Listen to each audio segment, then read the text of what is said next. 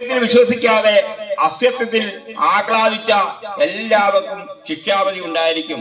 ആ സത്യം എന്താന്ന് നമ്മൾ മനസ്സിലാക്കണം. എന്തെന്നാൽ കർത്താവായ യേശുക്രിസ്തു ഭൂമിയിലേക്ക് വന്നത് നമ്മളെ രക്ഷിക്കാനാണ്.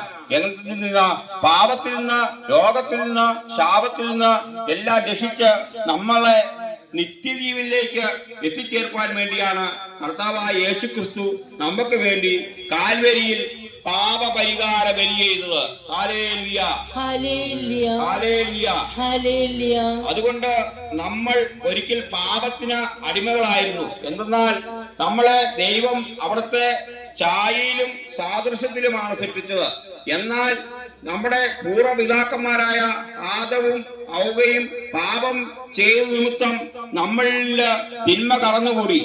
അങ്ങനെ നമ്മളിൽ ദൈവത്തിന്റെ ഛായയും സാദൃശ്യവും നഷ്ടപ്പെട്ട് തിന്മ നമ്മളിൽ പ്രവർത്തിക്കാൻ തുടങ്ങി. എന്നാൽ കാരുണ്യവാനായ ദൈവം നാം ഒരുവരും നശിച്ചു പോകാതിരിക്കാൻ വേണ്ടി തന്റെ ഏകയാതിനെ നൽകാൻ തക്ക വിധം ലോകത്തെ സ്നേഹിച്ചുകൊണ്ട് അവിടെ നമുക്ക് രക്ഷ പ്രദാനം ചെയ്തു. അങ്ങനെ നമ്മൾ രക്ഷ കൈവന്നു.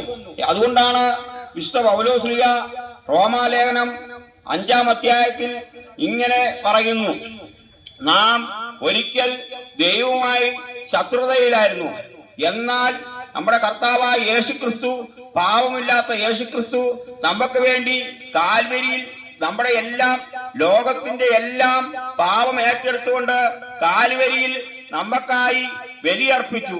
എന്തിനു വേണ്ടി? നമ്മുടെ രക്ഷയ്ക്ക് വേണ്ടി.